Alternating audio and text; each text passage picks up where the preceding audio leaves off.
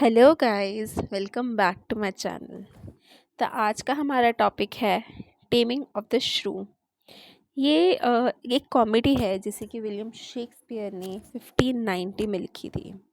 तो टाइटल में टेमिंग का मतलब है किसी को लेस पावरफुल या कंट्रोल में करना, किसी को अपने पूरे कब्जे में रख लेना। और श्रू का मतलब है एक ऐसी औरत जो बहुत गुस्से में रहे और सबसे लड़ती झगड़ती रहे, एक ऐसी औरत जो किसी को भी पसंद ना हो और वो किसी को भी पसंद ना करे।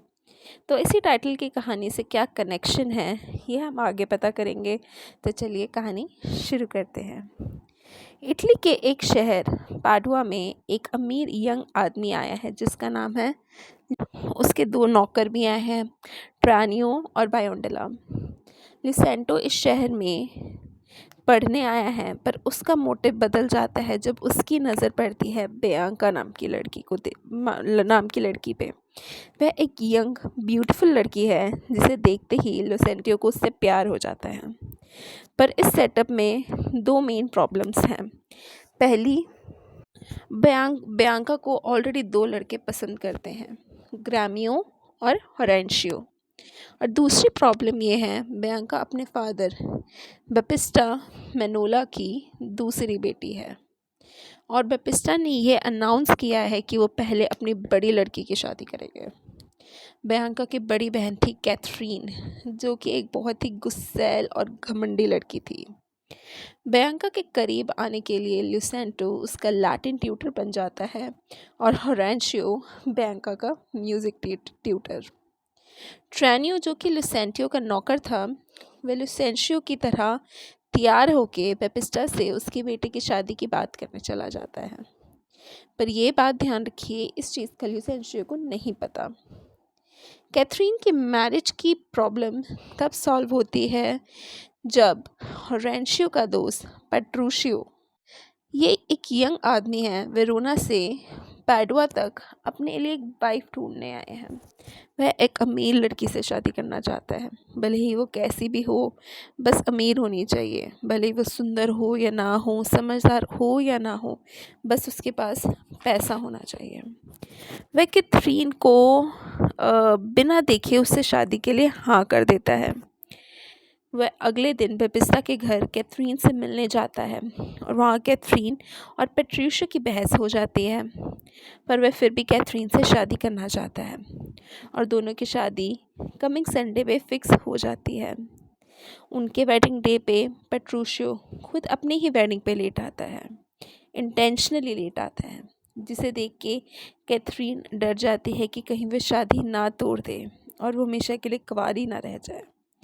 जब पेट्रूशियो वहाँ पहुँचता है तो वह बहुत ही बेढंगे कपड़े पहन के आता है और एक बहुत ही बेकार घोड़े पे आता है। शादी होते ही वह अनाउंस कर देता है कि कैथरीन अब उसकी प्रॉपर्टी है और वह वही करेगा जो उसका मन करेगा। वो वेडिंग ख़त्म होने से पहले ही कैथरीन को वहाँ से ले जाता है।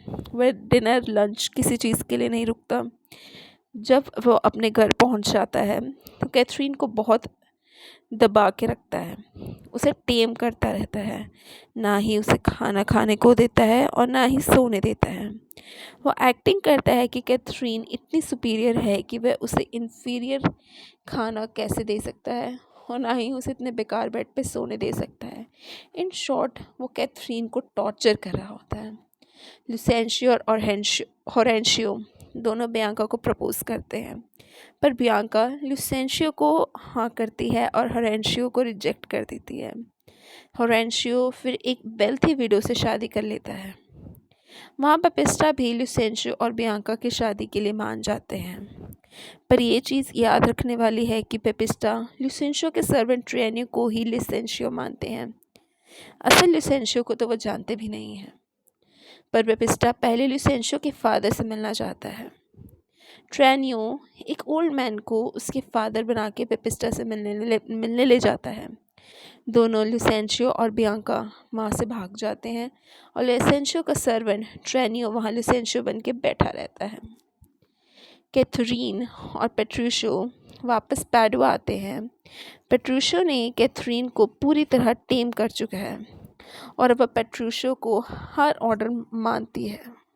वहीं लिसेंशियो का फादर विंसेंशियो पैडुआ अपने बेटे से मिलने जाता है और हैरान हो जाता है जब वहाँ ट्रेनियो को वहाँ लिसेंशियो बन के घूमते हुए देखता है। फाइनली बियांका और लिसेंशियो दोनों शादी करके वापस आ जाते हैं। दोनों पेपिस्टा और विंसेंशियो इस शादी को एक्सेप्ट कर लेते हैं। सभी लोग कैथरीन के अंदर आए चेंजेस को देख के हैरान हो जाते हैं।